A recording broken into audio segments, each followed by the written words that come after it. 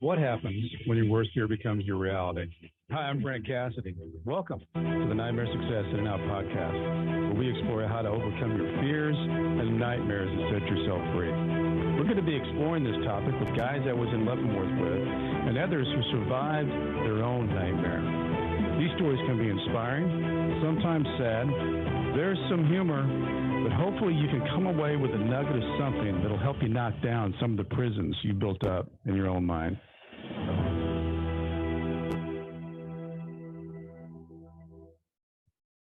Welcome back, Nightmare Success In and Out listeners. I am, man, do I have a treat for you guys. So we talk on this podcast about what happens when your worst fear becomes your reality. How do you adapt? How do you survive? Well, today, for the first time, I've got a retired police officer on here, Kevin Donaldson, and he's got a super big podcast that is doing great things, but he nearly lost his life in the line of duty when a bullet grazed his head, and it set off a lot of things in his life, and he went down a dark path. He had post-traumatic stress, and there's a lot of things that happened with him and how he walked through that and how he got through that. He started realizing once he got past that darkness, he started figuring out that he could help people with his experience and how he got through it. And those dark moments that he could walk beside people and help them. And I can't wait to unwrap all this today, but the Suffering podcast, check it out. I told Kevin today I've been deep inside his head because I've been in his podcast. I've been what he was a guest on a podcast. But what I like about what he says about the Suffering podcast is suffering is the way to sustainable success. So it's fascinating how he's done it, what he's done, and how he's come to the side. And the other thing that he's done is he's got a nonprofit called Dented Development Project that is also a piece that we'll get into. But Kevin Donaldson, welcome. So happy to have you here today. Wow, you really did your research on me. You humbled me. Well, show's over. There's nothing left to say. You pretty much covered it all. So Kevin, I got to tell you, I was just telling you, I was down riding the bike this morning, in the basement. I'm listening to this and listening to your story. I just couldn't get enough of how you did what you did. But I want you to take the listeners back a little bit, because you didn't come at being a police officer that as a little kid, I'm going to grow up and be a policeman. Not at all. That wasn't your game. So how did you grow up? What was your world as a kid growing up? My world was filled with lots of bad guys. So I grew up in the Atlantic City area, and that was the time of Nicky Scarfo Jr. running the streets and Georgia Avenue. Everything was corrupt. They had a piece of every single construction project. One of my very, very good friends that I went to high school with, his father was Crazy Philly and Eddie. Wow. And yeah. And it just so happened that, freshman year, his father turned evidence against Nicky Scarfo. I never saw my best friend again. So you learn real quick how fragile that life is. And that life, it's not a life that, it's a life that I dabbled in. Let's put it this way. I wasn't always an upstanding member of society. Mm-hmm. But a lot of those habits I came from because the worst guy that I was around was the guy that I was living with. My father was a nightmare. He was oppressive. He was demeaning in a lot of different ways. And there was some really bad abuse that went on in that household. So you try to find your way. How many kids were in that household? What did you have sibling wise? It was just me and my brother.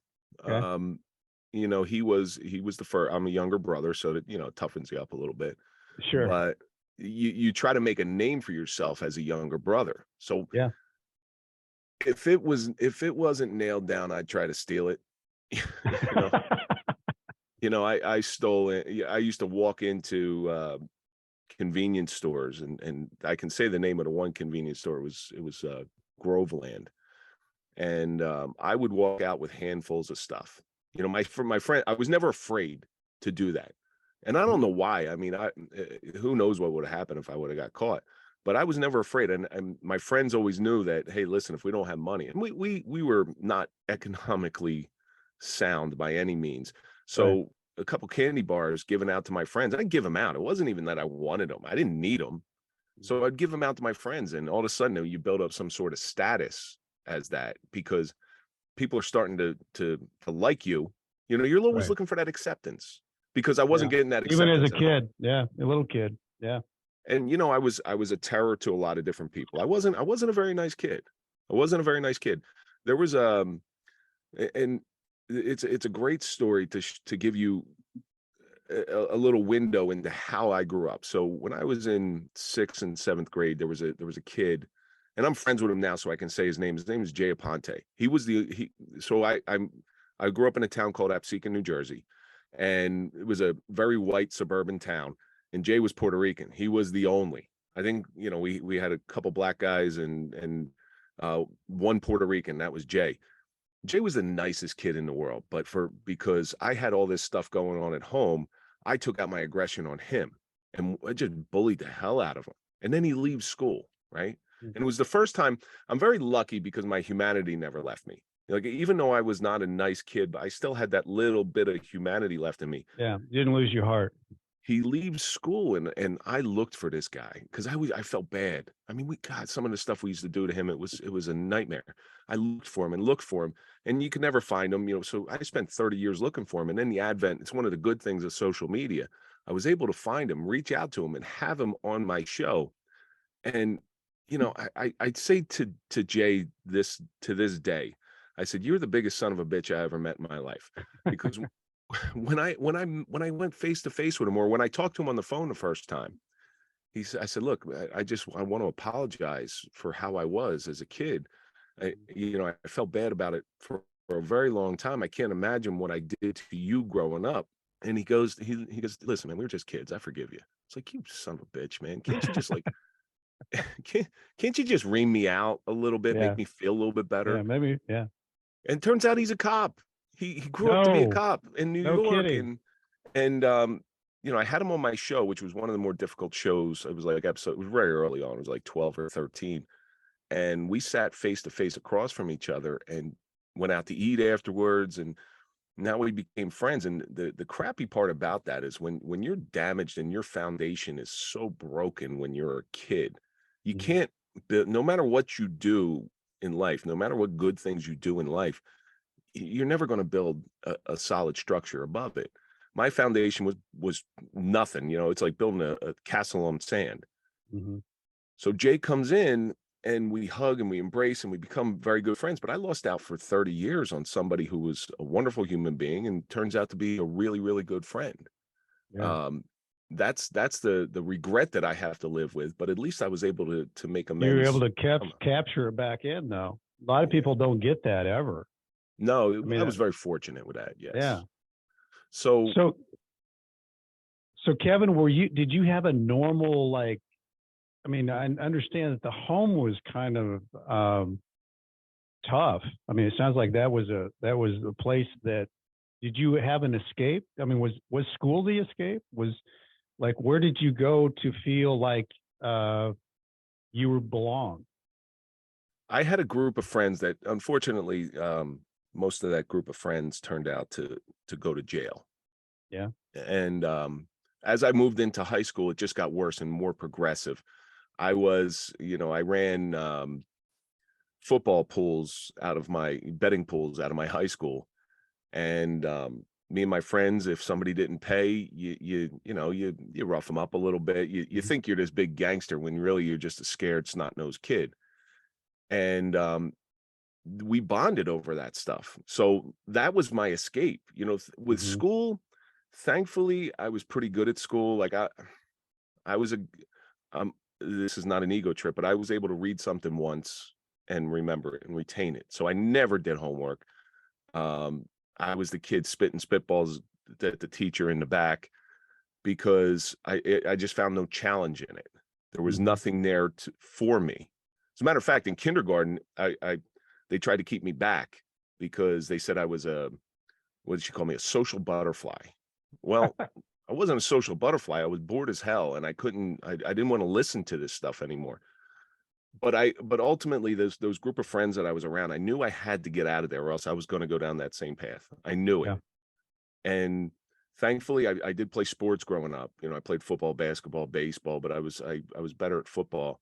And when it was time to graduate and go to college, I took one that was far enough away where I couldn't come home all the time, but if there was an emergency, I could come home. It was like 2.5 hours away, and that's how I ended up in North Jersey.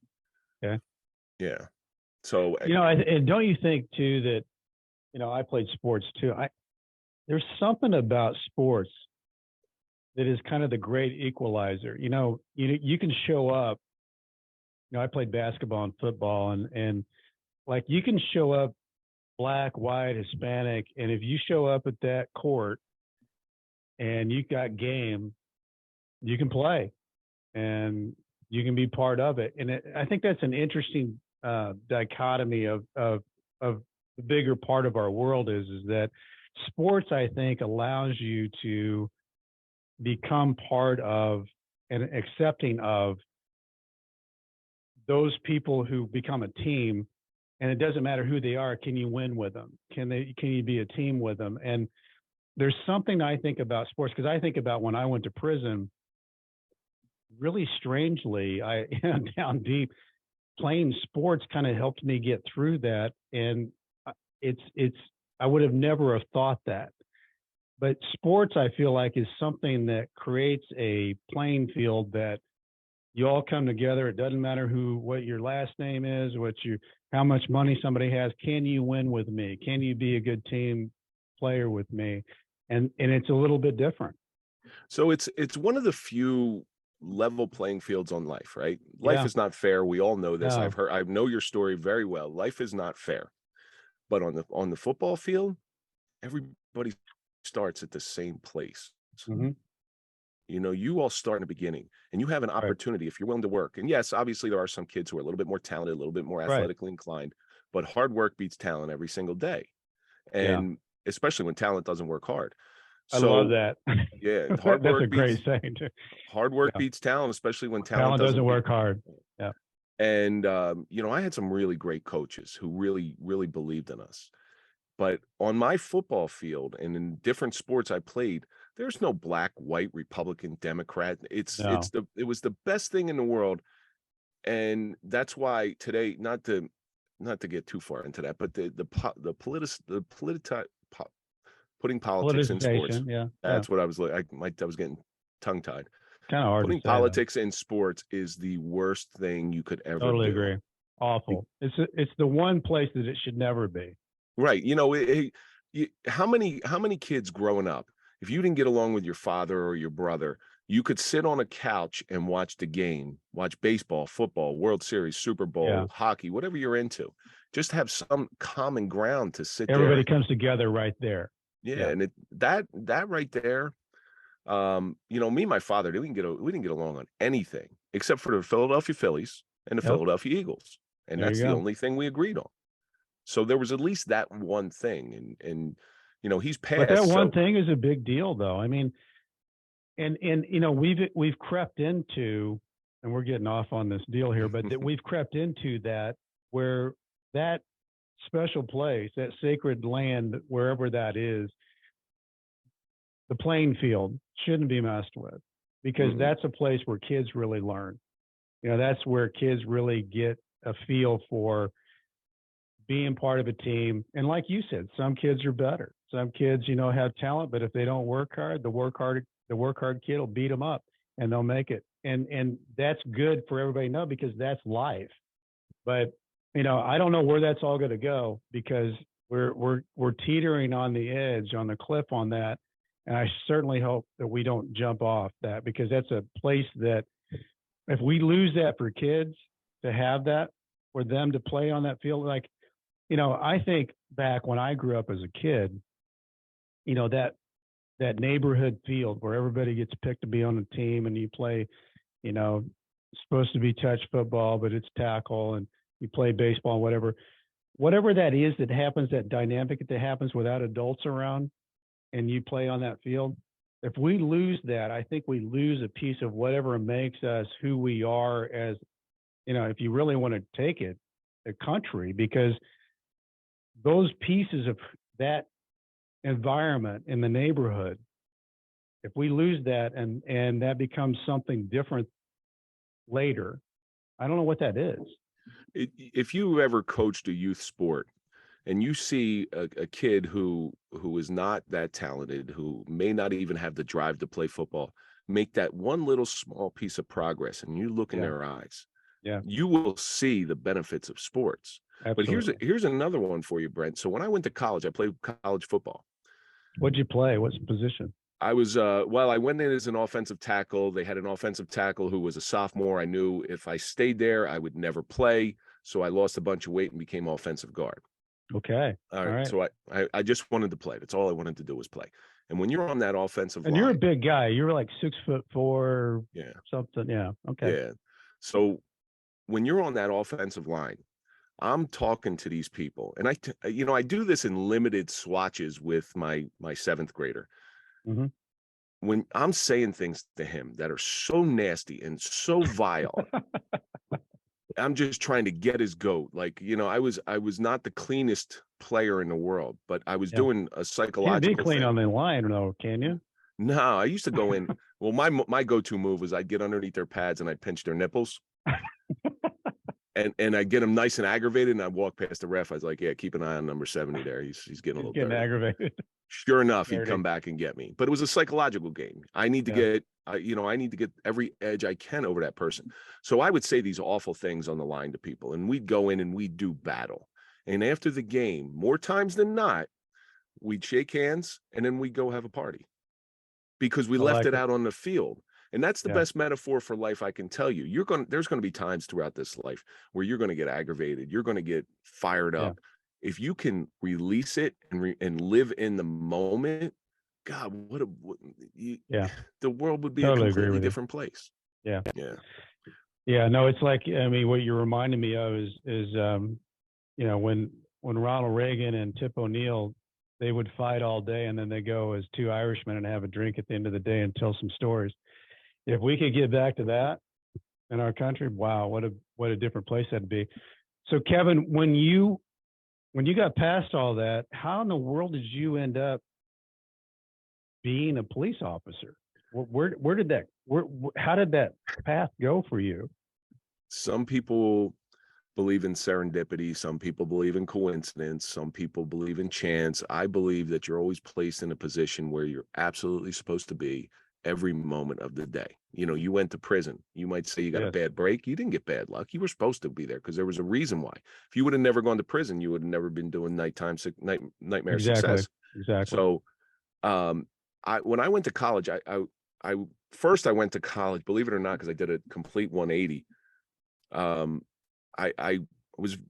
felt something for theological studies. I loved reading the Bible, right? Yeah. Oddly enough. So I first went in for theological studies. I kind of lost my faith after I had a class with a guy named Dr. John Becker, who was he was a ex-Jesuit priest who married a nun, so he was no longer a priest. And we read the Bible as literature, and you realize how violent the book is. And so I lost my faith. So I said, okay, I'll become a school teacher. I'll be able to shape young minds with the love of literature and what it means. So I always wanted to become a teacher. When I went through my whole college career, went through postgraduate, going to be a teacher. I knew I was never going to play professional football. So that was where I went. I taught high school for a year and I absolutely hated it. I hated it. I didn't hate the kids. No. I hated the other teachers. Yeah. With a passion. And also, I don't do. You didn't like the teacher's lounge? No. And I don't do well in confined spaces. Right. So that's why, thankfully, I left that life of crime because I don't think I would have done very well in prison. Yeah. So that confinement of the classroom just sort of grabbed me. And after a year, I said, you know what, this isn't for me. I went through all this schooling. I'm like, what a waste. But it wasn't a waste. Right. And then I bounced around from a couple different jobs. I sold cars. I was traveling coast to coast with a new web company selling software Hmm. to private country clubs. And that was cool. I did that for about a year and a half, but I was living out of a suitcase for 4 weeks out of the month. And I was single. I didn't have any kids. So it was cool for about 6 months. And then that got really old. Hmm. I'm in the gym one day, and there was a guy I knew who I'd work out with. I just work out with him. He worked out real hard. He was an older guy. Turns out he was the retired deputy chief of the prosecutor's office in one of the counties in New Jersey. And he goes, "Did you ever think of becoming a cop?" My brother, on the other hand, took police test after police test. That's all he wanted to do.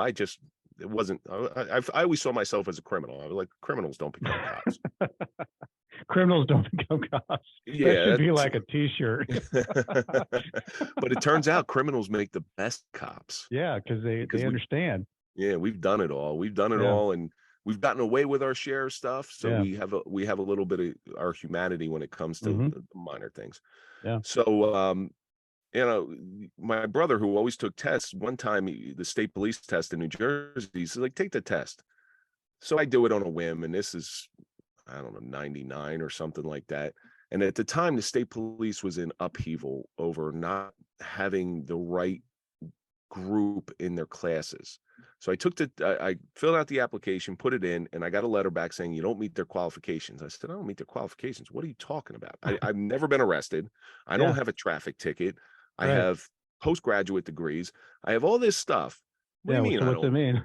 I Right. I I read between the lines a little bit, and I think it was I personally think it was a little discriminatory, but you know what? I didn't care because I didn't Right. really want it. But in the gym this time, he goes, "Well, I got a friend and they're hiring." And I really didn't like the job that I was in. So I said, it was a pretty good package sold to me. It's like, you get a pension, you won't get rich, but you'll make a good living. You Hmm. get benefits, you get all this stuff. So I took the test and I did very, very well in the test. So I got hired. I'm like, all right, cool. But I took the job because it was a job.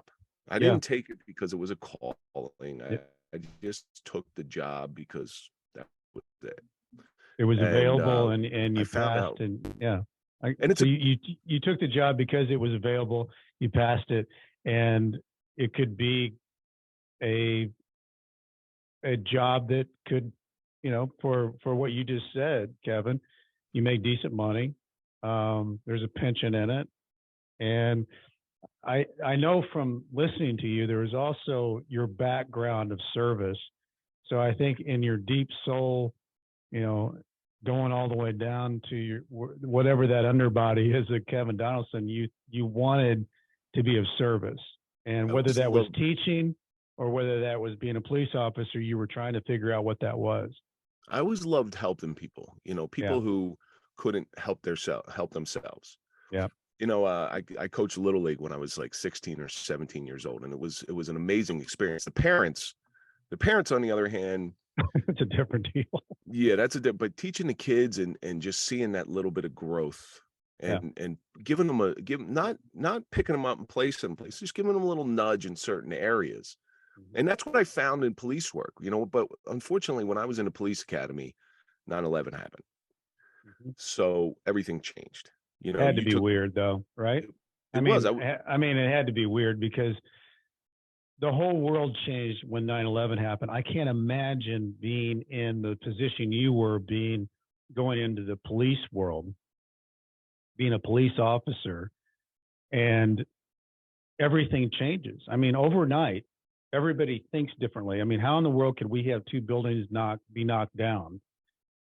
We're the United States of America, and then the police force are the people that protect everybody. I can't imagine what was running through your mind. one of the first questions when I was going in for my initial interviews, because I guess I don't know if it was I always felt like I was a coward. And one of the questions I asked the police chief, I said, "Have you ever lost somebody in the line of duty?" And he says, "No." I said, "Okay, that's good." Good answer. Yeah, right. So we're sitting in the police academy, and I could tell you everything about it because I remember very clearly. I'm sitting next to a girl named Kristen Kappelman, and she comes in she's important in just a moment. Our captain of the police academy comes in. His name was Jack McGroarty, and he comes in. He says, "A plane just hit the World Trade Center." Up Mm. until that point, planes hit the World Trade Center and the Empire State Building all the time.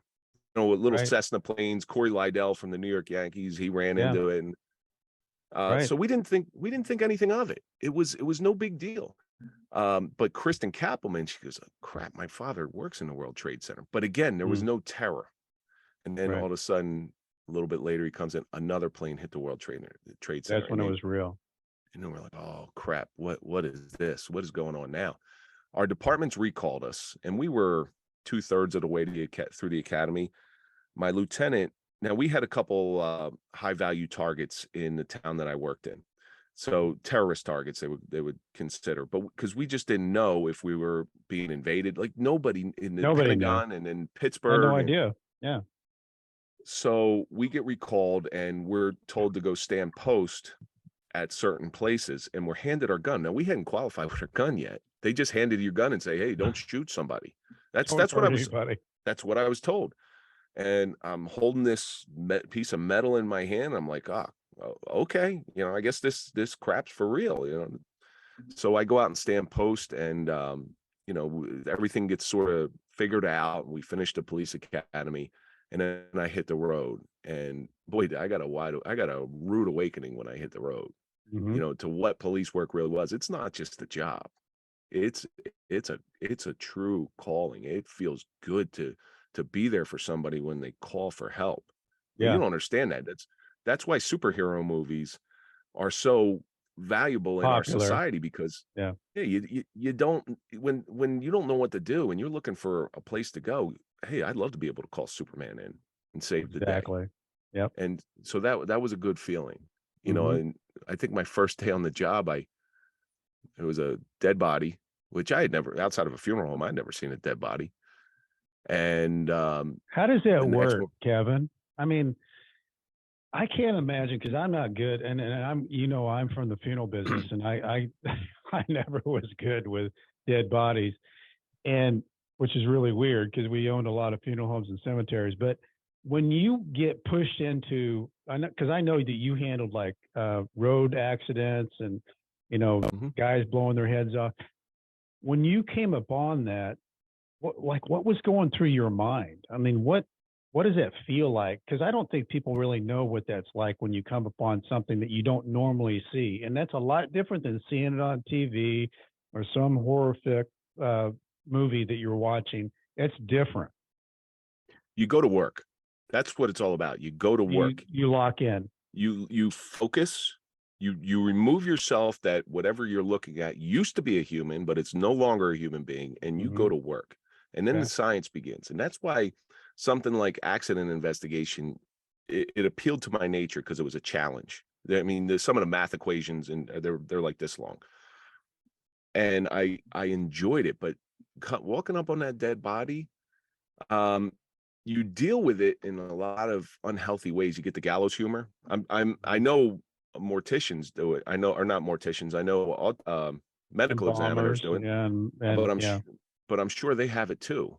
You Yeah. know, you see, you look at the body as a science experiment.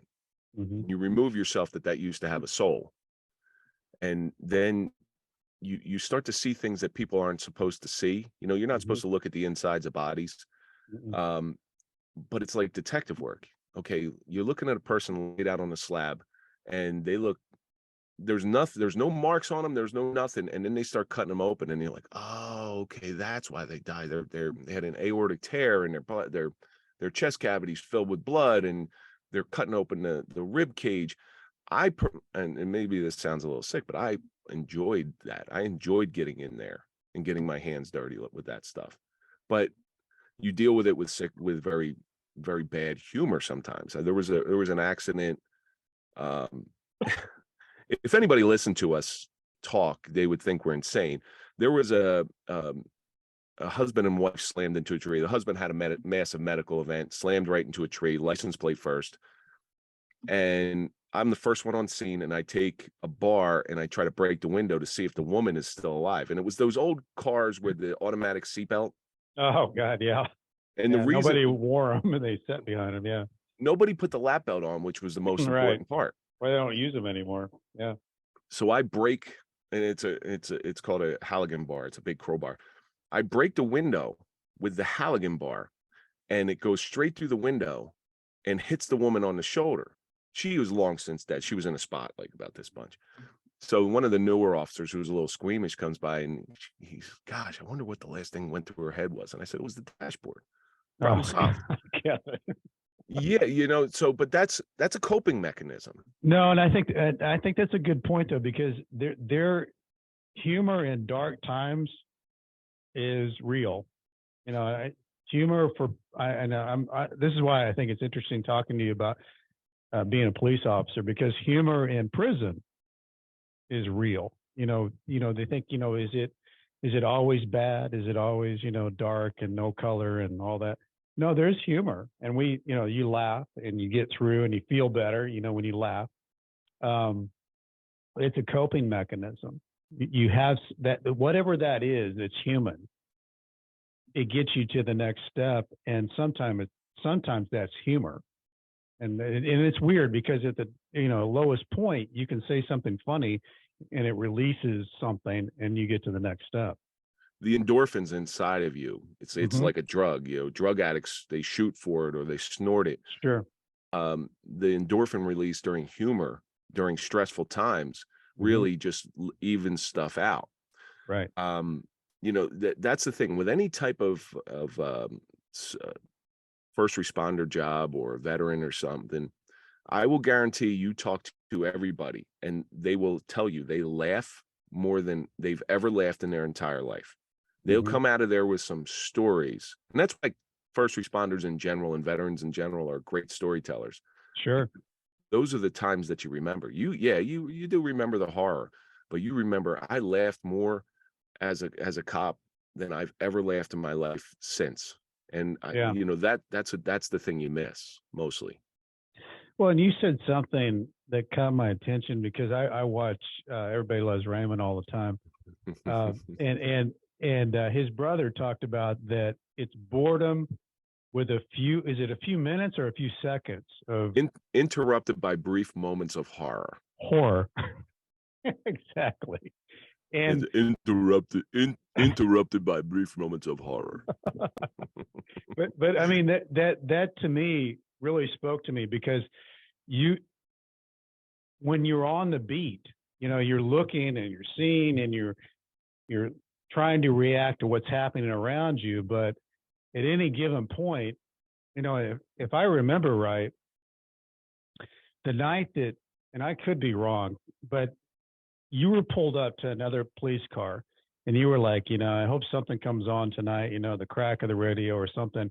Was that the night that your thing happened? July 10th, 2013. Okay, so you're pulled up. I'm just leading into this story because I thought that was what it was. You were pulled up. There's nothing going on, and you're like, I'll go do anything. I just don't want to be out here. It's so silent. It's so calm.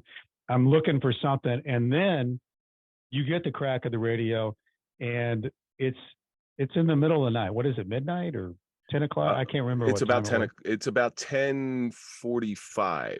And okay.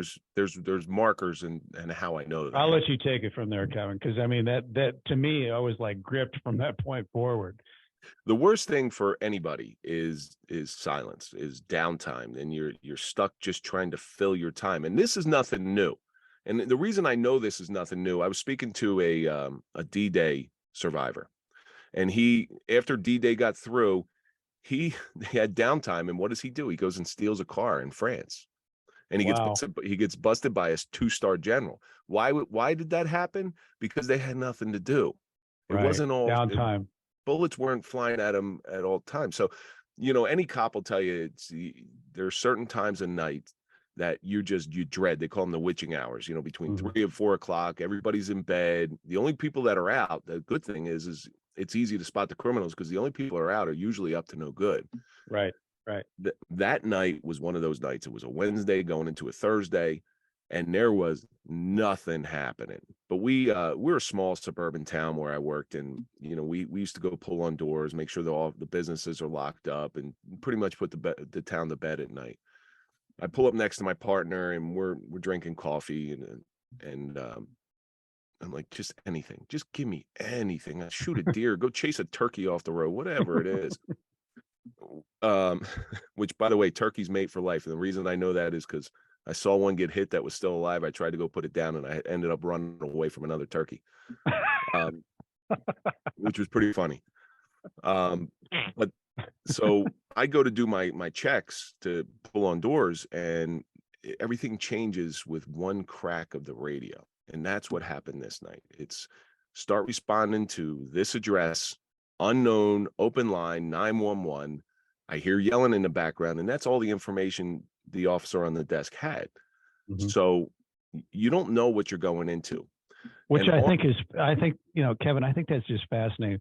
You have no idea what you're going into. I think for people listening to this, that is such a weird phenomenon, because most people that are at work, a normal job, they kind of know what they're going into, unless they've got a meeting and they don't, somebody's coming into town and they don't know how the meeting's going to go. That is totally different than getting a crack on the radio and you're going in at 10:45 at night, and it could be somebody shooting at you, which is actually what happens.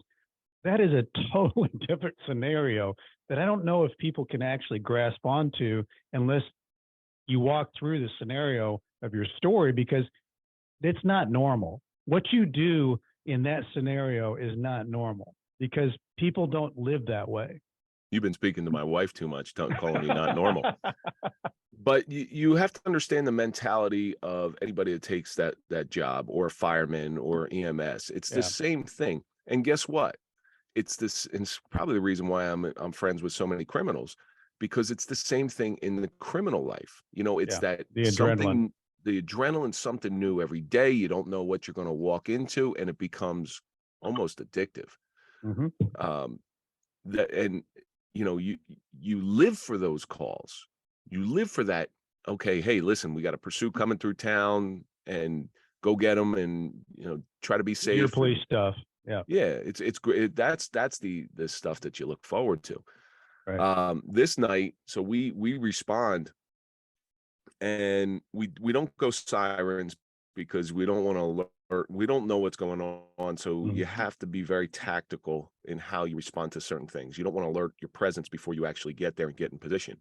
So we're going lights, and we're doing 70, 75 miles an hour down residential streets. And when we get, it's a townhouse complex where we go into. There's three of us that show up there. I park my car right in front, which was the worst thing, and you'll find out why afterwards. And I get out of the car. Once again, that Halligan bar, which I used a lot. It's like a fireman's crowbar. I bring it was in my back seat for some reason. We go up to the door, and we can hear yelling in the background, and we pound on the door, and all we hear is, "Don't come in here. Don't come in here."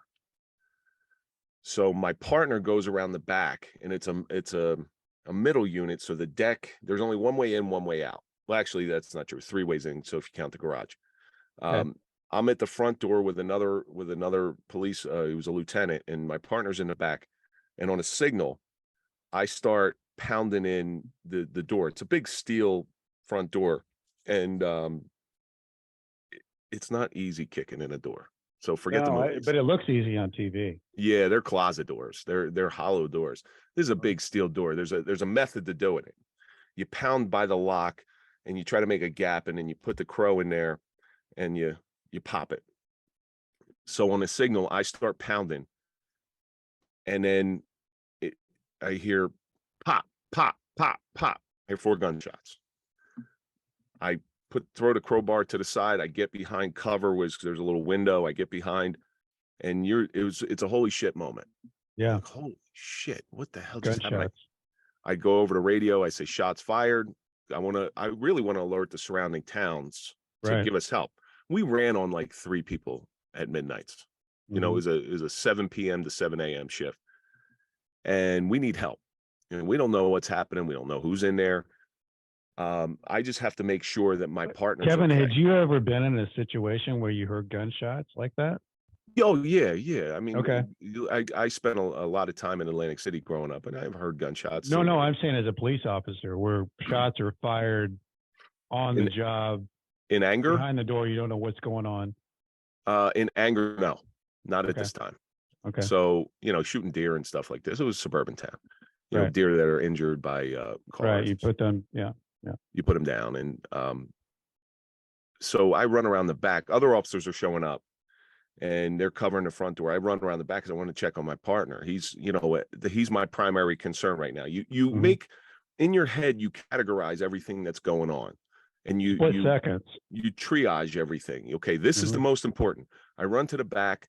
I find my partner. He exchanged gunfire with the guy inside. We find out later on that the guy, his name's Anthony Vocatoro. He had recently broken up with the woman who lives in the house. Her son was in there as well, and he was going to kill her. So as Okay. he raised the gun to kill her, my partner shot through the sliding glass door of the back deck. It's like a little, let's say, 8x8 privacy deck with Hmm. patio furniture on there. So he retreated after the shots were fired, and I go back there. Other officers are showing up, and we make a plan. Our plan Hmm. is to go up on the deck. We can't see him. We can see the victim off to the side. She's, her knees are up at her chest. And after the shots were fired the first time, her son was able to get out. And that's how we knew a little bit more information. He's like, he's going to kill her. It's her ex-boyfriend. How old is And this kid? Is he's he probably like, 18, 19. okay. He was Okay. an adult. All right. He almost got shot because as I'm running around, knowing that the only person in the back is my partner, Hmm. he comes up. I see him first, so he got the real good look down the barrel of a gun. Hmm. Once I find out he's no threat, okay, get out of here. We go back there. So we get up on the deck, and there's maybe a 4-foot entrance. I get off to the right side because from the right side, the entrance would be on my left. From the right side, I can see everything in the sliding glass door. I can see the victim. We can't see this guy who shot. We have no idea where he is, but we know he's in there. Hmm. So from where I was, it was a very sound tactical position. I couldn't be more wrong in my life. So I'm standing in the corner, and I see, I'm looking around. I'm like, okay, there's patio furniture here. I can get cover behind there. It's Yeah. wire Use patio that. furniture. Yeah. It's like Swiss cheese. Right. It's not. It's going to do nothing. Right. But our plan was me, my partner, and a sergeant were up there, and we're going to throw a chair through the sliding glass door, and we're going to make entry. We have to get to life. We have to go save life at all costs. Her Hmm. life is that's the triage. Her life is the primary importance in our minds. Right. The That's why minute you're we throw there. the minute we throw the chair through the door, I mean, the second I see a, the brightest flash, I hear the bang, I feel the grains of gunpowder hit my face, Mm. and I feel my left ear wiggle. Okay. So this guy, so if the sliding glass door is here, if I'm going to paint a picture, he was right here. He's standing behind a wall where we couldn't see him, and he reached around like this and fired. Okay. The bullet goes right past my ear. I hit the ground. I hit the deck hard. Now I fall on broken glass. I fall, Mhm. and it's July, so it's hot as hell, and I fall like this. Um, On but the glass. on the glass, my shoulder hurts. The other two officers were closer to the entrance. They were able to retreat, but I'm stuck. I know if I try to crawl out, he's got a real good shot at me. I'm dead. Hmm. So I'm I don't know whether I'm shot. I'm figuring I'm gonna die, and everything just slows down for me. Very clear. That my clarity of thought was probably the most clear that it was ever in my entire life. Mm. I think about my kids. I had Mm. a 3-year-old and a 7 or 8 month old. My wife would have to raise them all alone, and my 3-year-old had seen me in uniform, but he's not gonna know his dad. Um, my 7-month-old, he'll never remember me. I'll just be a name and a picture in a scrapbook. Right. My This is wife, going through your mind at the time. in an Split abbreviated seconds of time. Yeah. split second, and I said it's like slow motion video. Yeah. You don't understand how slow everything. I was on there for maybe, I don't know, anywhere from 45 seconds to a minute and a half, but Hmm. I could Went see through it all. everything. Yeah. But I knew my wife was going to have to raise these kids all by themselves, Hmm. all by herself, and she's going to have to live with the fact that her husband died. Now, here's the good thing. This even goes through my mind. In the police world in New Jersey, if you're killed in the line of duty, your wife gets 3 times your yearly salary plus 50% of your pension. So financially, I'm like, so I was able to, I remember going, well, at least that's taken care of. Okay. Wow. Well, if I'm going to die, you're coming with me. So I get into a shooting position and I hear the other officers in the back. They're like, are you shot? And I'm like, I don't know. My shoulder hurts, but I see blood everywhere because my arms, I still to this day, I actually have some glass in here that they could Yeah. never get out. It's too close to a vein. And I see blood everywhere. My shoulder hurts. I don't know whether I'm shot, but I don't care at that point. You're He's gonna take this guy down. he's going. Hmm. Um, Little did I know that after he shot, he ran upstairs. When my partner exchanged gunfire with him, they hit him in the back. And he ran upstairs. I didn't see it.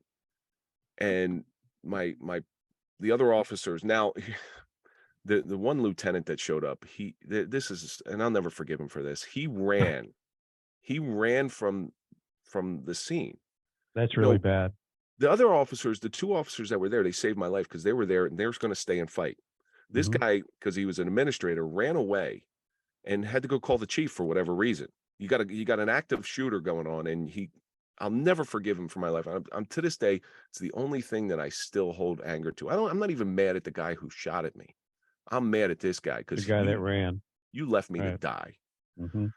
So the other officers were able to get me off of the deck. They grabbed the back of my belt to assist me because I'm on my stomach, and I was able to get off the deck. And we clear the area. We clear the victim. We're able to get the victim out. She went out the front door through the garage, so she's clear. Good She's done. job. Wow. He can stay in there for 5 years for all I care. Right. I don't care. We'll starve him out. Hmm. So I'm thinking, I'm talking to the other guys. I'm like, oh my God, what the hell just happened? I don't understand this. This is not supposed to happen in this town. Right. But the thing of it is it can happen in any town at any moment at Split any second. time, Yeah. and your life changes. So Hmm. we held perimeter for like 2 hours until the hostage negotiating team shows up. I got blood everywhere, and it's stinging from the sweat in there. Fully Do you expecting this guy. realize at that time, Kevin, that you got grazed on the side of your head? No, there's just a little trickle of blood coming out of my ear, and that's about it. Okay. Um, we fully expected the guy to come running out and do what's called suicide by cop. He's obviously wants to die. He shot at police officers twice, Right. but he never did. We get out of there. The hostage team takes over, and I clear the area, and I have to go to the hospital, and I have to get a bunch of glass picked out of my arm. I realize I'm not shot, but parking my car in the front of the building was the worst move ever because I never carried my cell phone on me. This is 2013. It's not like today Mhm. where you can't go anywhere without it. Right. All the notifications, and you can't get away from your phone. Right. Right. I heard that when you were Yeah. talking with Matt Cox about that. This, as a matter of fact, I don't even have a smartphone. I had a LG like flip phone Okay. type. Yeah. Well, flip phone. Yeah. Yeah. So I didn't even have my phone to call my wife. Now all the wives, the police wives, they talk to each other. And Sure. I was really afraid that somebody was going to hear that there was a shooting in town, call my wife and, hey, there was a shooting in Roseland. Is your husband working? Well, yeah, he is. And I can't get in Hmm. touch with him. So I grabbed one of the EMT's phones. It's about 2 in the morning, it's about 1:30 in the morning, I guess. Grab one of the EMT's phones. And it's one of the few numbers, thankfully, that I know off the top of my head. I Hmm. think I know like 2 of them. We don't know anybody's numbers anymore because they're in our phones. Right. This is one that I knew. So I call her number and I said, look, imagine for a second being a spouse hearing this phone call. My wife's name's Trisha. I said, Trisha, there was a shooting. I'm involved. I'm okay. I'm not shot. I have to go to the hospital. I have to get glass removed from my arm. I'm calling you from one of our EMT's phone. EMT's Yeah. phones. Yeah. I will call you as soon as I can. And then that's it. I Imagine getting can't. that I call. can't. No, I can't imagine that. I mean, and it wasn't even your phone. It was coming from an unknown number. Right. And she can't leave the two kids home. They're too young. She can't leave Right. them home alone. So she's stuck Mm-mm. there to her own devices trying to find out little pieces of information. So I go there, officers, they take me there and I get it. And I'm in a good mood. I'm happy that a good job was done. Like Yeah. when you do a good job and Two anything in people life. got out of it that should have been killed Right. by the shooter, and they escaped. Yeah, and you guys made that happen. And yeah, absolutely. So I felt really good about it. I get back to the scene after I get back. I have to go get my car. The guy was talked out and arrested. I get to my car. I get my phone. I get everything. I talk a little bit with the detectives. I write a report. So I get out of the police department about 5 a.m. in the morning, and I go home, and my adrenaline is just going. At the time, Hmm. I was a real big runner, so I actually went out for a run before I went to sleep. Ran it off, and I'm just thinking about stuff. My wife was overjoyed by me coming home, and I go to sleep. I get about 4 or 5 hours of sleep. Really good, solid sleep. I wake up to about 50 phone calls from other cops, from cops that saying what happened because they all want to know. They're like, it's a giant sewing circle. They all want to know what happened. Hmm. Like, hey, some guy went crazy and tried to kill Yeah, us. it's a big deal. Um, And then, so that night, which is so it's now Thursday. That night, me and my wife just want to get away. We get her mother to watch the kids. We just want to, just have some us time. We go to the movies. And to this day, I can't watch this movie we went to see. We went to go see a Seth Rogen comedy called This Is the End. Okay. Okay. Just to laugh. Hmm. Well, there's a scene in the beginning of that movie where everybody's sort of getting sucked up to heaven. And like I think the bad people stayed on Earth. That's what it was, but it was really loud and it was a bang. Mm. It felt like a cinder block went on my chest. Like I started breathing heavy. I started sweating. I started really just felt like bugs are crawling on my skin, and Mm. I was really uncomfortable. And my wife sees this, and I say, you know what, I got to go to. I didn't want to alarm her. She'd been through enough. I Mhm. say I'm going to go to the bathroom. I got to go to the bathroom. I'll be back. I get out in the hallway, and it's still like what I know that feeling just scared the hell out of me because I'm sitting there in the hallway and I can't catch my breath. My heart's beating a million miles an hour. I Were can't you bring aware, Kevin, that that's what that was? I mean, were you aware that whatever that sound you heard was creating that effect to your body, or were you just responding to, oh shit, I feel weird, I'm leaving, I'm going outside, or what? Where was your mind with that? Were you like, oh shit, this is all coming back because I've been through all this and that sound was something I can't deal with? Or were you just like, I don't know what's happening, but I gotta get out of here? some police detective that I would have made because I never put the two together. Okay. The evidence is staring me straight in the face and I Right. never put it together. Yeah. I just thought I was getting sick or I was, whatever Yeah. it was.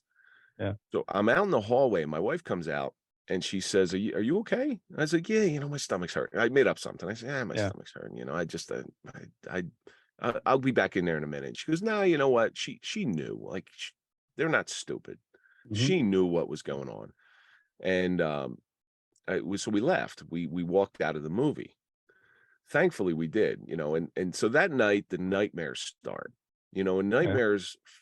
the nightmares are stuck. It's something like you're stuck in a situation you can't get out, or there's you somebody needs help and you can't get to them, or you pull out your gun and the bullet just droops out, or a bang flag comes out like the Okay. old cartoons, and you wake up in the middle of the night so drenched in sweat that I actually the first couple times it happened, I had to check to see if I wet the bed. Wow. Um, there was one night where I I rolled over and I grabbed my wife's arm. It was like a night terror. I grabbed her arm and really scared the hell out of her. Um, the trauma that and it went on and on, and you try to hide it the best you can because you think I'm better than What this. did Like you I'm think was going on? What, Kevin, were you like these nightmares that happen? You probably hadn't had them. This starts coming on you. You've been in this movie. You get these sweats. You start having these nightmare sweats. Are you thinking, holy shit? I just think I've the got something that's kind of weird going on. Or what was your what was your thought process with that?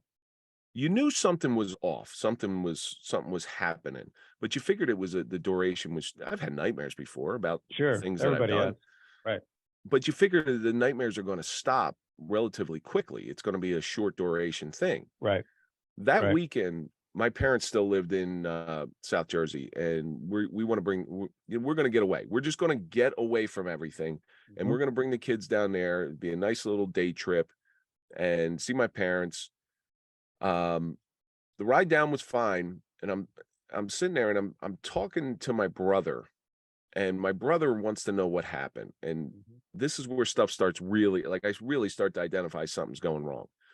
My brother wants to know what happened. I'm like, yeah, you know what? I really don't want to talk about it.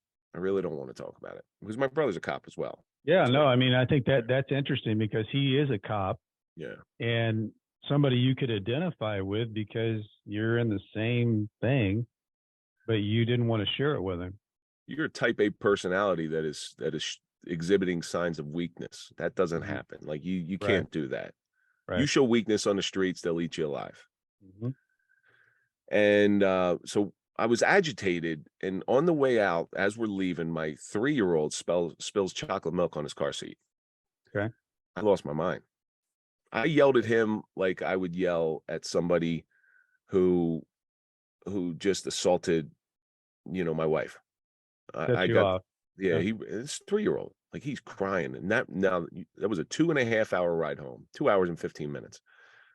I yelled at everybody in the car like a maniac. My wife is begging me to pull over on the Garden State Parkway and let her out and walk home. That's how Mm. bad it was. Wow. Something's wrong. I know something's wrong. We get home, She knows something's wrong. You both know something's wrong. Right. something's wrong. Now because we get home and I call an organization called Cop to Cop because I just need help and I don't know where to turn. Hmm. I know something's broken, and they hooked me up with a therapist, but the therapist wasn't happening until like Tuesday. My department had scheduled what's called a critical incident stress management debriefing. Okay. It's called a SISM team.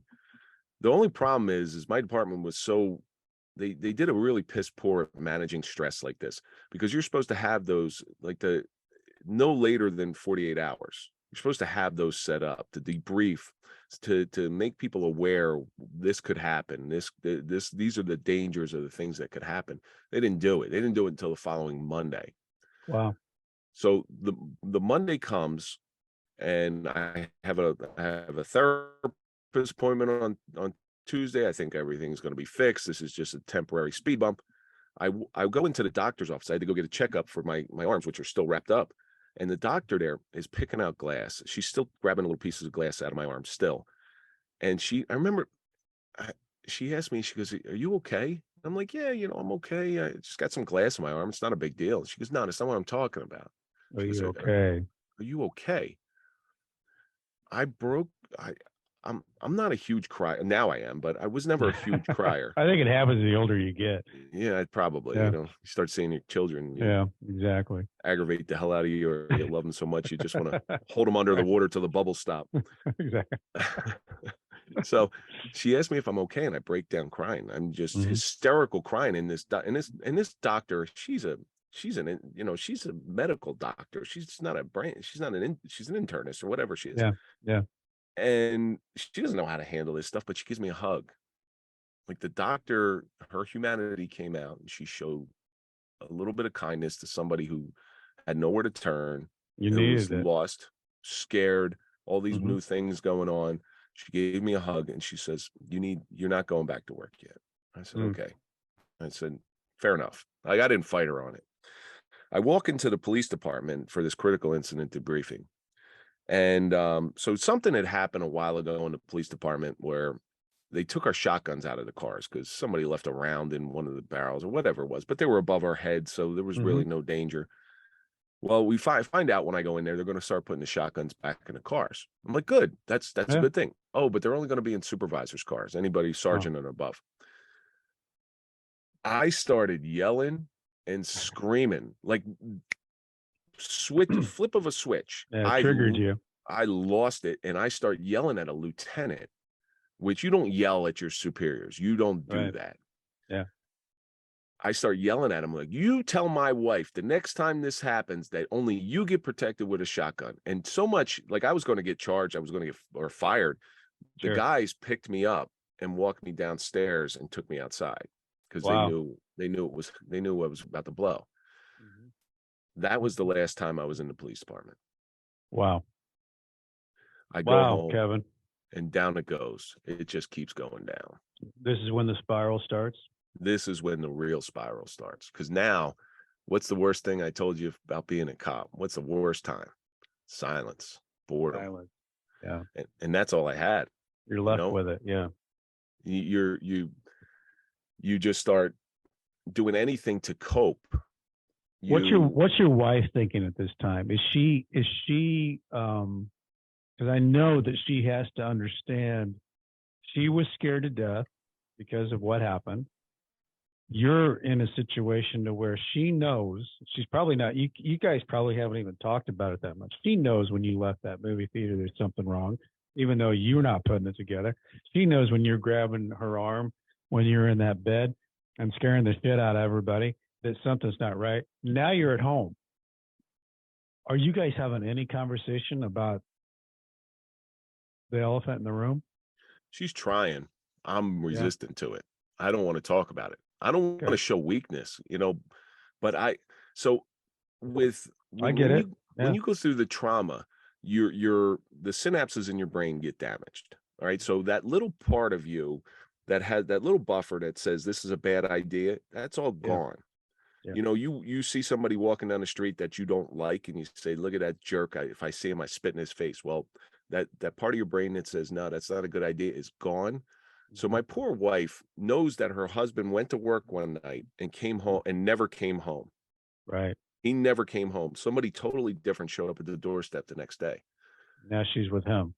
Now she's got to live with this monster, and she took the brunt of everything. If I Mhm. got mad at her for something, say the remote was out of place, I screamed at her. I took the remote. I must have broke 5 or 6 remotes throwing it at her. Like, this is what this woman had to endure. Yeah. I would call her every bad name. What's the worst word you can call a woman? My poor Yeah. wife has been called that several times. Mhm. And the nightmares never stopped. 7 days a week. I stopped sleeping in the bed and started sleeping downstairs on the easy chair just because I didn't want to wake her up. I didn't want her to show that I was hurting. I didn't know what to do. So boredom plus trauma plus not being able to sleep, I start drinking a little bit. Mhm. I start drinking more than a little bit. I start drinking a lot because when I'm drunk, I forget. I Yeah. You're don't. dulling the pain. Right. Yeah, I'm Mhm. I'm I'm running away from Not thinking everything. about it. Right. And I drank so much. Anything in the house. I would drink from the minute I got up to the minute I went to bed. And I was always a big gym guy. Like, I always loved going to the gym. I lost all interest in anything that I used to love. I stopped Knocked going to all the that gym. aside. Yeah. Yeah, I didn't Which have are any those are the taste. things that'll keep you being you. Yeah, Yeah. I just didn't see any point in it anymore. Life was just going downhill. And sleeping downstairs about a month into a month and a half, 2 months. I'm drunk all the time. Um, and I can't take it no more. Like, I've had enough. I don't know what's going on with me.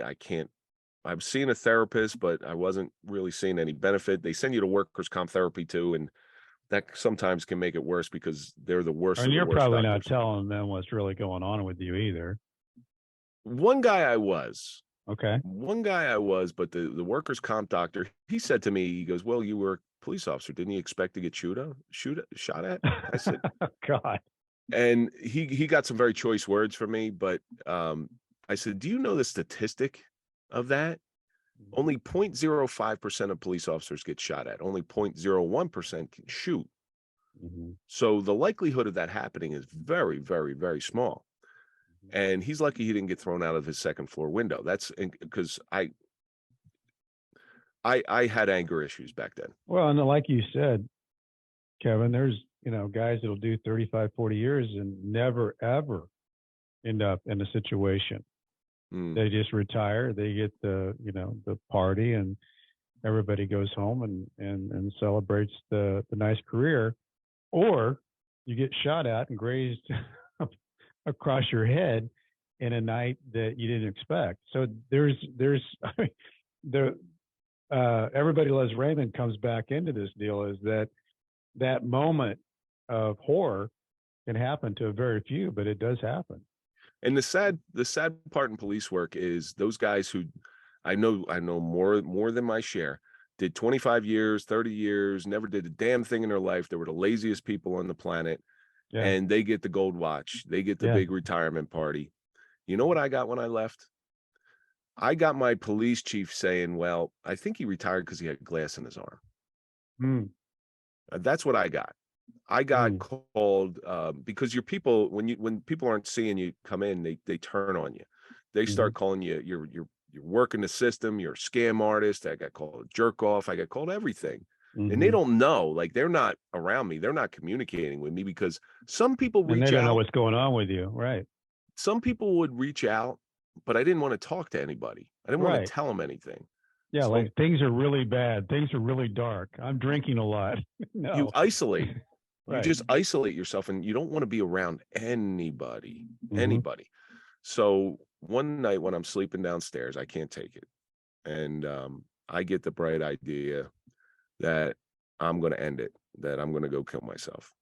Because if I remove myself from this situation, my wife doesn't have to deal with this monster anymore. My kids saw it.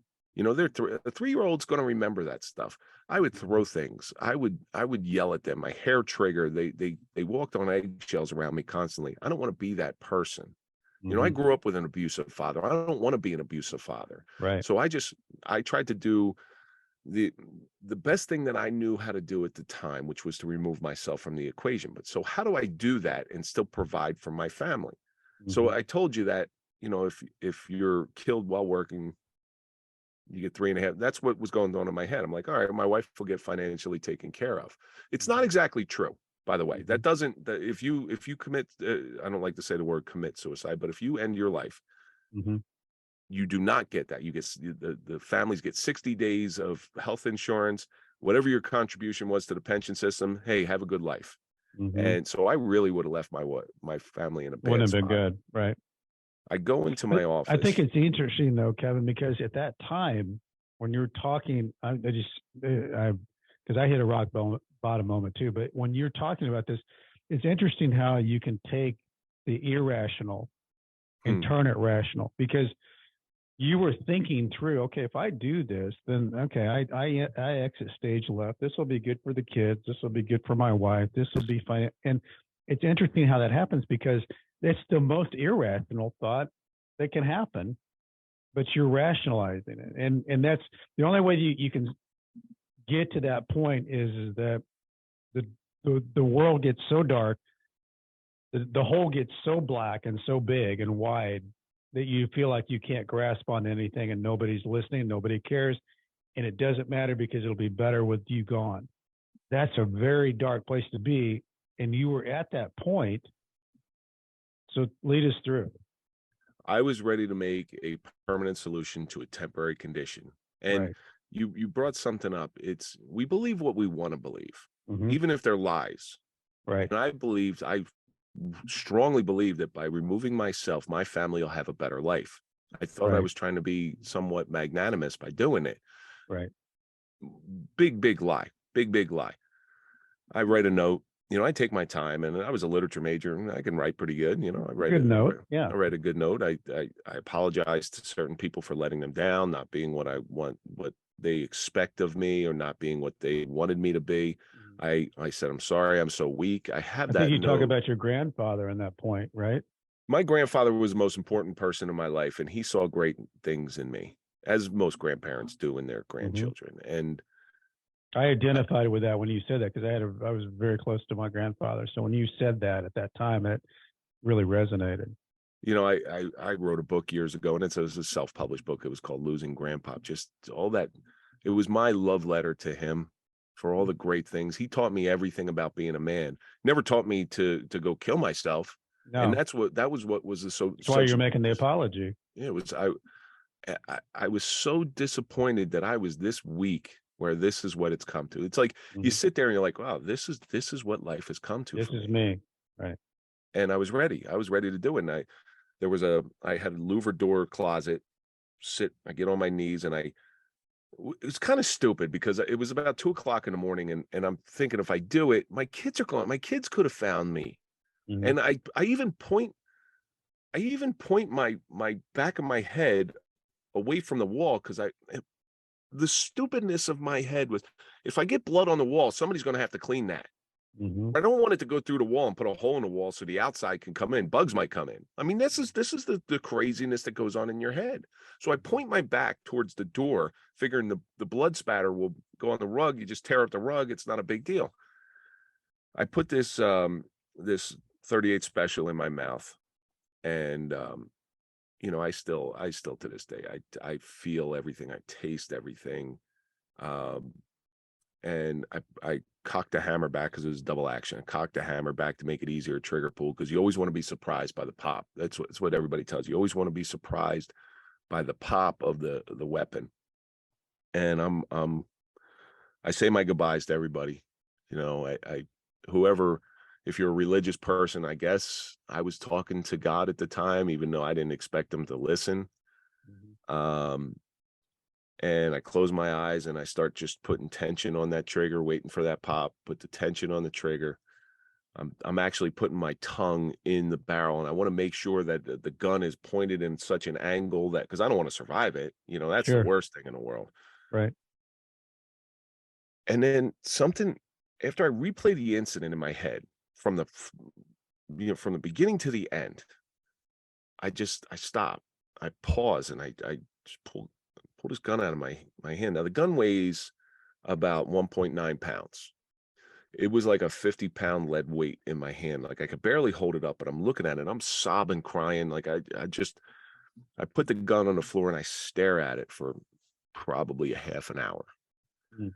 thinking to myself, it was just a brief moment of clarity.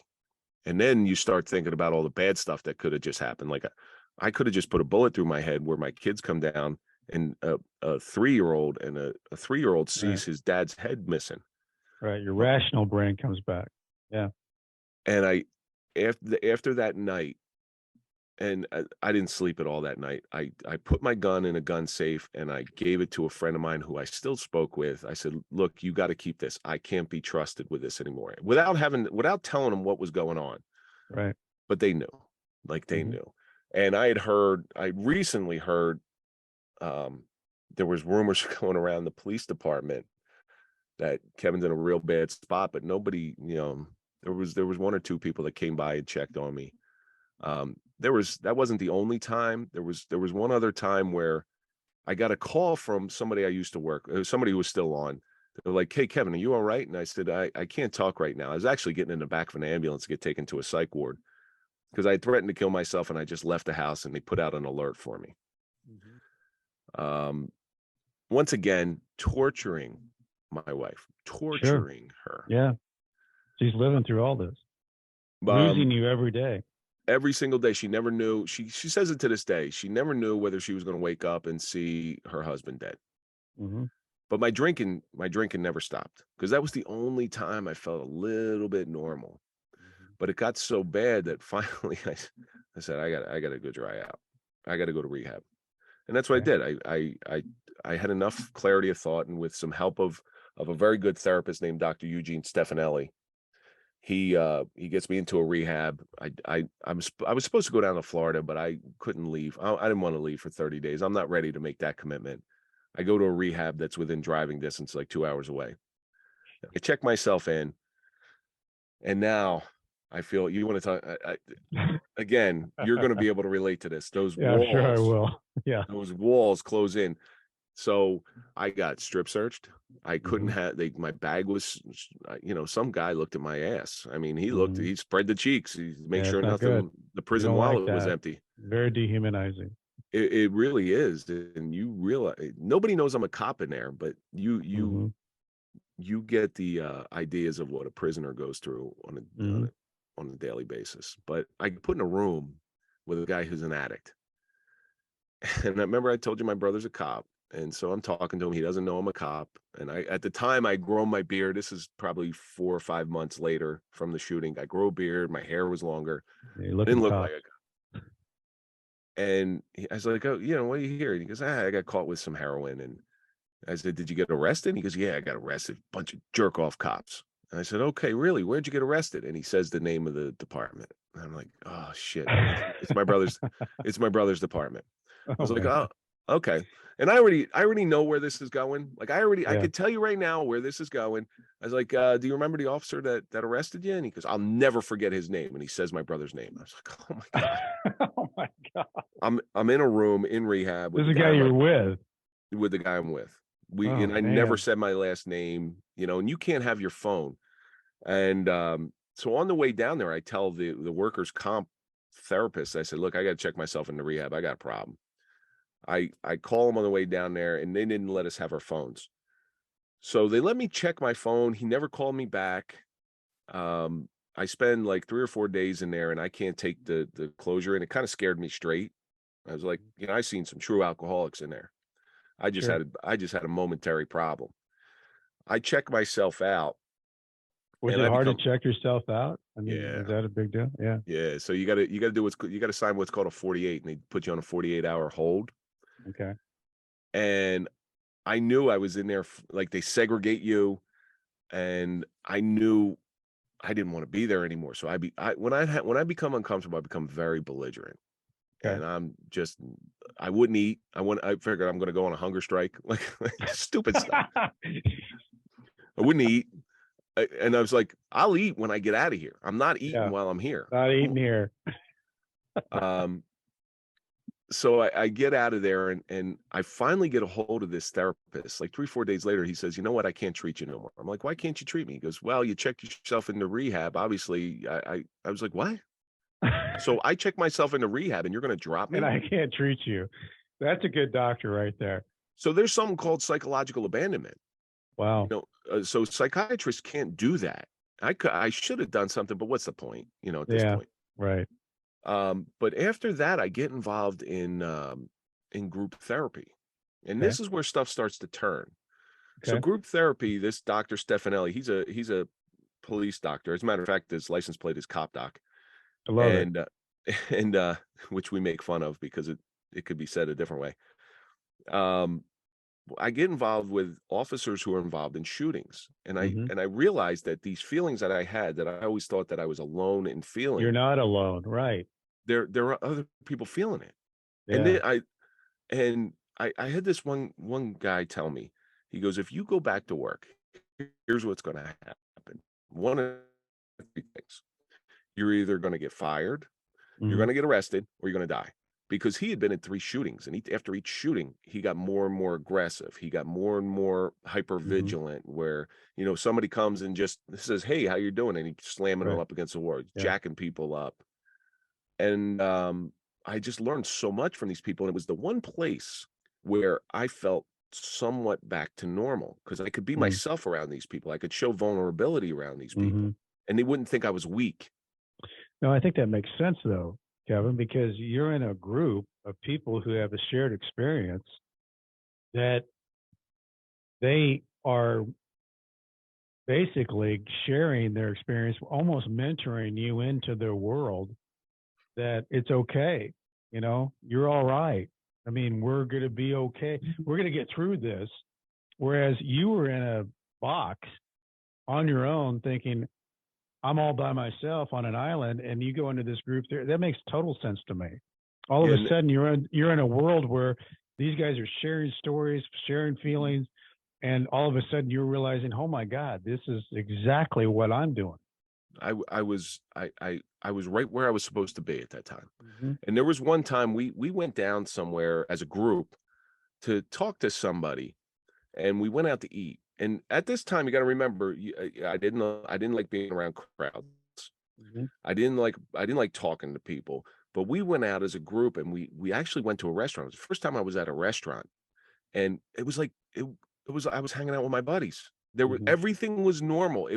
I said, wow, you know what? There's something to this. There's something to this. And each week I would look forward, and each week somebody would have a bad week. Mhm. But I noticed that the nightmares, which were 7 days a week, went down. And maybe the next week I'd only have six, and the next week I'd only have five, three, and then you were down to like one a week or every other week, and it just started getting less and less because I started unburdening myself. I started letting Yeah. all this stuff out, and that's when the healing process began. So When you say I you started letting it out, you started letting it out to the people you were with in that group?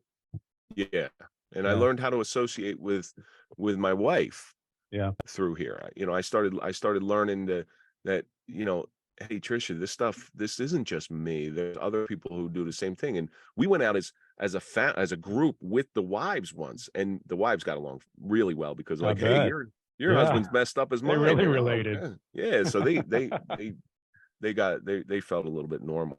But Yeah. I go through the retirement process. I realize that I'm broken. Like my brain is not normal. I Right. can't go back to doing what I really love doing. So it's Right. time to retire. Hmm. I go through the retirement process, and I'm in group the whole time. And there's many different little problems going through. And then there's a stress of retirement. Hmm. But after retirement, the most important thing that I did was I stayed in group Yeah. because again, I'm a service oriented person, and those people that helped me get through my worst of the worst times, I felt I owed Hmm. nothing. I never take anything for free, even Hmm. as a cop, which cops want everything for free. But even as a cop, if somebody gave me a cup of coffee, that cup of coffee usually cost me more than what the cup of coffee was worth because I would Yeah. lay down $5. I never take stuff for free. So these guys gave me free advice, but now it's my turn to pass it on. Mm. So I stayed in for a couple years afterward, and I helped many guys get through retirement who are in similar situations. And that's kind of, believe it or not, so that's how I met So my that's what podcast started partner. fill. I love that. So that's what started filling you up, Kevin, is you stayed in that group, but then you were not the newbie anymore. You were the veteran, and you started helping these guys along that were in dark spaces that you were in, that you were getting through now, and you were walking beside them, helping them with that. I get that is so cool, though. That's where it So started cool to that feel you good found that. So cool that you found that because I because was in that it could have I was in that right easily place. been a different deal, right? I was in that right place. I was right where I was supposed to be. Yeah. And so one day I'd been through retirement in 2014. I see this guy walk in, and I was like, "Hey, Mike." Now it turns out I used to work with Mike's brother before I was a cop. Okay. And I knew Mike. I'd met Mike several times, but I didn't know him. I knew he was a cop, but I didn't know him. I'm like, "Hey, Mike, what's going on?" Mhm. Mike is now my podcast partner. That's crazy. And Small world stuff. yeah, and he walks in, he goes, "I was in that shooting in my department." Uh, um, and we bonded over that. Like we didn't Hmm. know each other, but then when we really started knowing each other. Sure. And that's a friendship that's lasted, and it'll last for the rest of our lives because we bond over that common trauma because he had gone through very similar things. And I Hmm. said, okay, look out for this, look out for this. He would call me up and say, hey, what do you think about this? And we'd bounce ideas off each other. And so those people in the group, and they're still, my phone's going off as we speak because I'm still on a group chat with the group. It's I really love that. inappropriate, I really love it. inappropriate stuff gets said in I'm there, but sure it is. that's the place where we That's can the humor stuff, right? That's the place where we can be ourselves. We Yes. can laugh. There's Yep. nothing heavy, no judgment. I Yeah. mean, how many people get that opportunity? So, time moves on. I try to move on with my life. I miss the clowns, not the circus of the police Hmm. department. But I never looked back. And I started just walking through life, looking for my new purpose, looking for my new way in life. How'd you find it? By chance. So Mhm. COVID hits, Okay. lockdown hits. And I had started getting involved. I started listening to a lot of podcasts. I'm like, you know what? I can do that. I can do that. And all my podcast concept was take group therapy. How do I take group therapy and the joy of group therapy of all of that common trauma and move it on to the next platform? And I And I'll said, tell you this, Kevin, that's why your podcast is so good. You take, and I feel it, and I've never been in group therapy, but when you listen to your suffering podcast, it is group therapy. And whatever you learned and however you created that vibe, you share that. And I think it's so meaningful because so many people are out there searching. There's so many people that are just looking, how do I get to the next step? Because I say that, people build up prisons in their own mind, and they get so stuck in that ugly routine that they can't step into what they want that'll set them free. But your podcast lets people believe that suffering is okay if you turn it into success. I don't know how you got there. I don't know how this worked, but it became a tremendous success. But COVID incredibly became your science center of creating this. I learned how to embrace my own suffering. Like instead of me seeing that very honest as a weakness, it's not a weakness. No. You going to prison, Brent, it's not, that's what your strength is. You wear it as a badge. You wear it as a badge of honor. I've seen you do this on other shows. Yeah. Where it doesn't so much become your identity, but you're like, yeah, that's right. I went to part prison. of who I am. Right. And now, now when I go out and speak, or if I'm at a speaking engagement, I'm like, yeah, I had a gun in my mouth. Mm-hmm. What are you going to do about it? That's what makes me me. Because I've learned to embrace it. That's the thing, though. It's liberating, not only to you, Kevin, but to the people that are listening to you. And I think that's what makes, you look at, you've got one of the most popular podcasts that are around. The reason why is because it's authentic. You are so honest with how you come at it, and people identify and connect with it. So that's whatever that intangible thing is, that's what people are looking for. Whatever that is, and I don't know what that is, but people feel it, and it's like glue. They will attach to it and listen to it and feel it. And that's what I think is so cool about your story, is that you went so far down to the rock bottom. I mean, when I was pedaling today, and I was like, God, how's he going to get out of this? Oh my God. But you did. And then what you did with it, it's so, and I think inspiring might be something that's overused, but when I see things that are inspiring, you feel it. And, what you're doing, Kevin, and God, I hope you just continue to grow it and become more of it, because it's so needed in the world that we're in now. I was watching Seth Ferrante's Nightlife. You and I were talking about this before the show. Man, what an eye opener that is, because, for both sides, the people that are walking the streets at 10 o'clock to 2 o'clock in the morning, the minister, the reverend, that's such a big, powerful, character in that documentary.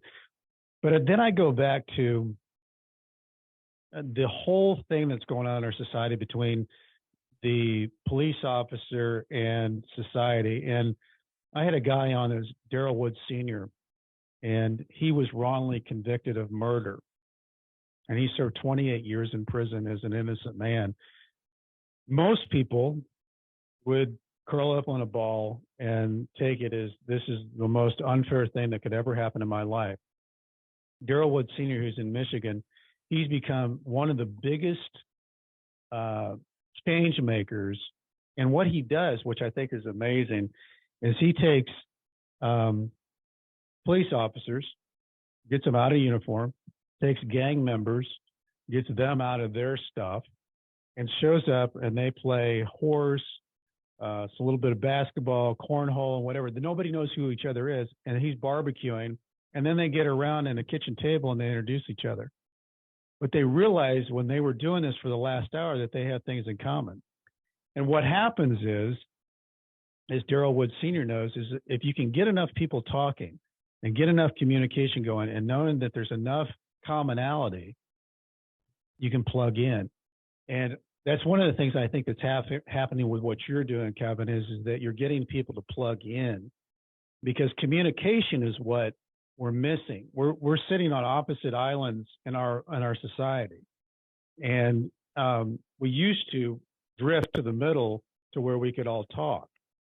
Anymore, we have different channels, different things that we can read, and we don't see each other anymore. But there are things out there like your podcast and the things that you're doing.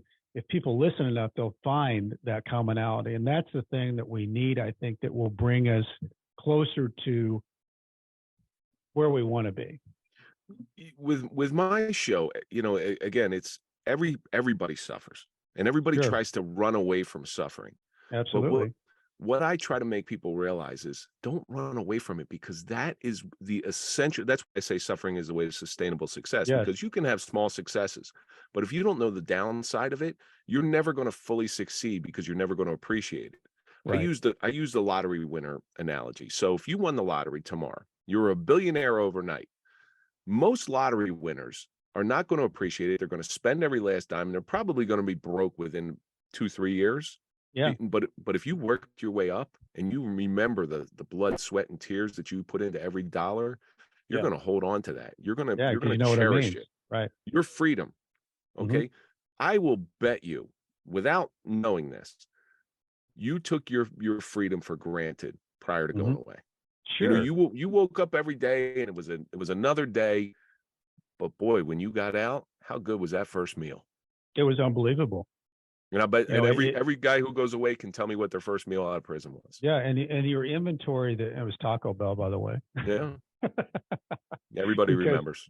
yeah. But the thing about that is, though, Kevin, is that it does, whenever you can, whenever you can take hold and take inventory of your life, as you did, as I've been able to do, and have that gratitude, and then you find out what fills you up, you know, that what fuels you, what that passion is, you know, you know, I always like to say, you know, in the Shawshank movie, you know, Andy Dufresne's got the Zewantaneo. You know, you can see it when he talks about it to Red. You know, it's the whitest of the white sands, the bluest of the blue waters. He's going to take that boat and he's going to fix it up so he can take his people out on a fishing, and he's got to have the little inn where they can have drinks and watch the sunset. Everybody's got to have that Zewantaneo in their life. And, you know, you don't want to be the guy at 85 years old rocking in your chair and say, I wish I would have done that. I sure wish I would have taken advantage of that when I was, you know, 35, 40 years old. You don't want to do that. My biggest thing, and Kevin, what I love about your story is that you just take an action. You know, you could have, I don't know what could have happened to you when you were talking through all the stuff that happened in your dark times, but you stepped out of that. You found the group, you found the people that you connected with, then you became the mentors of them. And then you took it even further and you took suffering and showed that it could be a success, which is so important in our society because everybody suffers. And the other thing that I think, and I want you to talk about this, what is the Dented Development Project? It's a nonprofit that you're a part of. So my partner and I, Mike Falaise is his name. We for before the nonprofit was started, we considered ourselves dented individuals. And Okay. if you get into a car wreck it's a minor car wreck, your front fender is all dented up, that car will still operate. It'll go down the road. It Mm-hmm. just won't look as pretty as it once was, but it'll still operate. So we consider ourselves dented, not broken. Only when something's broken can it no longer move forward.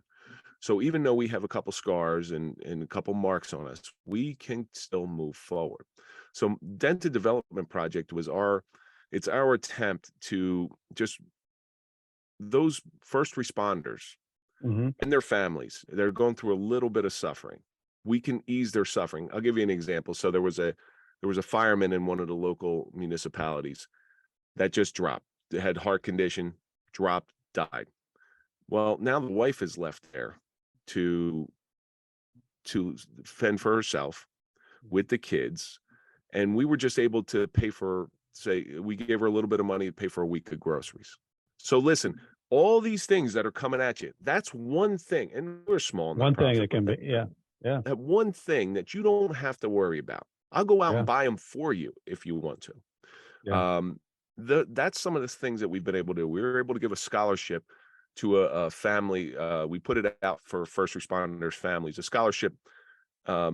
His father is a police officer, or his stepfather is a police officer. His father is a fireman, and he is autistic. Mm-hmm. He's got the mentality of, say, like a 10-year-old.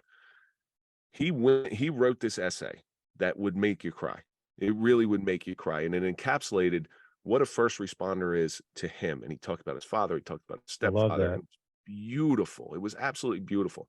And these are people that have been raising this young man with his special needs, and just special needs is not a word I like. It's just somebody who needs to be taken care of a little bit different. Right. Where Right. but he has to pay for special schooling, and it's a burden on them. So hey, listen, they can just go get a little bit of help off of this. That it's been it, helping people is what we always wanted to do with the podcast. But podcasts, as you know, don't really make all that much money. Right. With this, we actually can get donations to put them back out into the world and use stuff for good, and Yeah. show people that just because you've gone through something doesn't mean that there's not help available. You're not alone ever. Right. And that's what Dented Development Project does. I love it. I got to ask you, Kevin, as much as you've been through, and you have had quite a journey, with your life. Um, I always ask people this: what do you think your biggest takeaway through everything you've been through? The road to the top is this long and winding road. One of my favorite movies, and it never really did very well, is have you ever seen Joe versus the Volcano with Yeah. Tom Hanks? Yeah, back when he was really young. Yeah, sure. And if you watch that movie again with different eyes, there's this imagery throughout the whole thing that when he's walking into the factory in the beginning to when he's walking up the mountain at the end, it's this long, craggly, sometimes it goes down, sometimes it goes up, and there's long, winding road that gets up to the top. And it's the people who make it to the top are the ones that are willing to walk that long mile, to persevere, and really understand that just because you're at the bottom now doesn't mean you got to stay at the bottom. If you take your hardships and keep moving forward every single day, that's what I've taken away from this journey. You will never stop me from moving forward. I will never go back to that place I was in because I've been there. I Yeah. know what it's like. I know the despair and the hopelessness that's there. My humanity never left me, thank God. And my hope waned at times, Yeah. but my hope will never leave me again. Man, I love that, Kevin. That is a good place to stop. That is brilliant. I love it. Man, Kevin, what a story. I am so glad that you were on here today as a guest. I mean, I think people will listen to this and they'll see themselves in so many different facets of your story. But I'm so proud of what you're doing with your story. You're using your overall life experience and helping people, and I mean, you can't ask any more than that. So it's so cool. For those that are out there, I just got something new that happened. I want to give a big shout out to Travis Ritchie that got me an opportunity for this. But Nightmare Success In and Out is now in Indivo, and it's available in over 200 prisons and jails across the country. If you guys that are listening behind the walls, I'm talking to you. You can listen to the 50 plus episodes. You can go to the discovery section and type in Nightmare Success In and Out, and you'll see all the episodes. And I am very honored to be a part of this and be a part of this education process within 33 states here in the United States. So this is new for me. Just going to start here this next week. So it's a big deal. Hey, for all those who on social media, the likes, if you guys want to leave a review on Apple, you just hit those three little dots there. Follow the show, share the show. We like that, right, Kevin? We like it when they do that.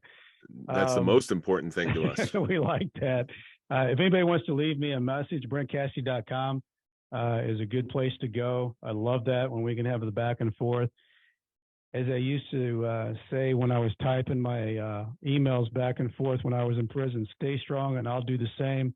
Nightmare Success In and Out. Kevin Donaldson, thank you so much today. Brian, I can't thank you enough. Thank you so much. Thanks a lot.